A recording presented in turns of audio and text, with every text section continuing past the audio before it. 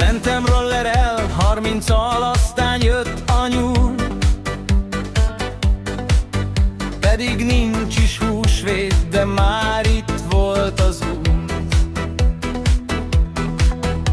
A kurva anyja faszát megbassza a fejem. Megbaszott nyúl a réten, felborít engem. Hogy lehet ilyen faszul ugrani, mondd már te bitang.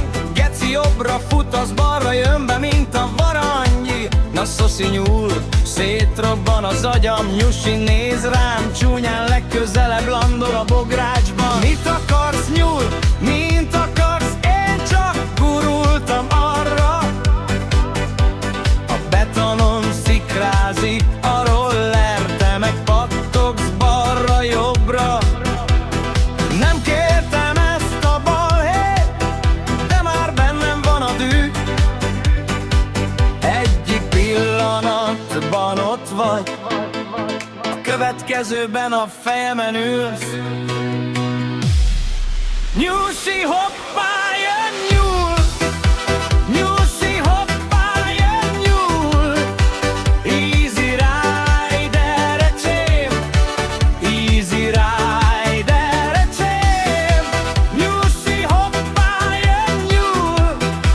Nyusi hoppá, jön nyúl! Kacskán ugrik, mégis fáj! Kacskán ugrik, mégis fáj!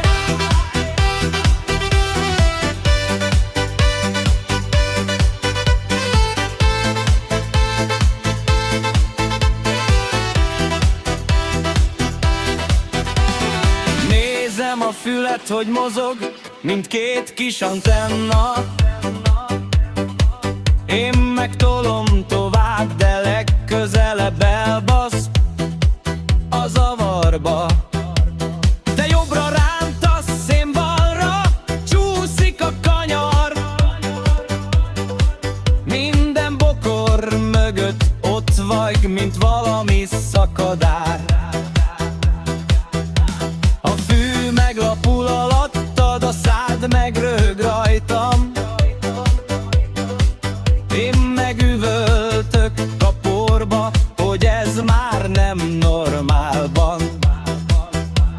De mit tegyek, ha érkezel, mint egy rossz vicc a reggel? A nadrágom tele lett a tempóddal, a zsebemmel. Állj meg egy pillanatra, nézd rám rendesen. Ha már ilyen megbaszott nyúl vagy, legyél legalább csendesen. De te csak tovább szögdécselsz, mintha tiéd lenne a rét. Én meg maradok itt mögötted, és belőlem dől a vér. Nyusi hopp!